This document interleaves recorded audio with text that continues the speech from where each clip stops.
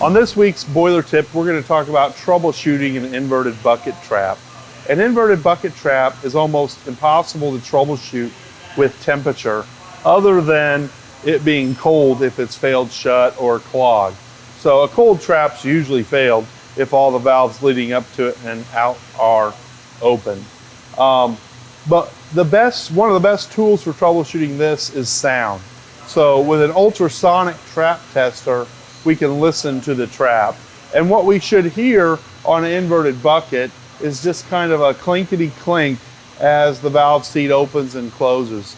And if you've got a trap tester that will log that noise signature over time, it'll look kind of like an EKG, because if you look, you can see that float just sort of hopping up and down, opening and closing the trap. The reason we can't troubleshoot this trap with a temperature gun is because the steam water interface is inside the bucket. We've actually got a wall of condensate in between us and that, so we can't use temperature to discern a level in there. A common mode of failure for these, however, is the trap losing its prime.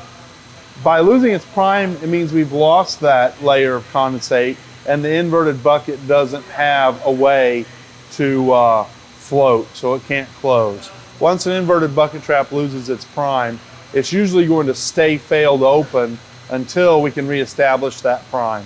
One way to do that is to valve off the outlet and allow condensate to accumulate and then reopen it. But let's take a quick look at what it looks like when we lose prime. If we've got a sudden pressure drop on the system, we can actually flash steam out of the trap or even suck the condensate backwards out of the inverted bucket.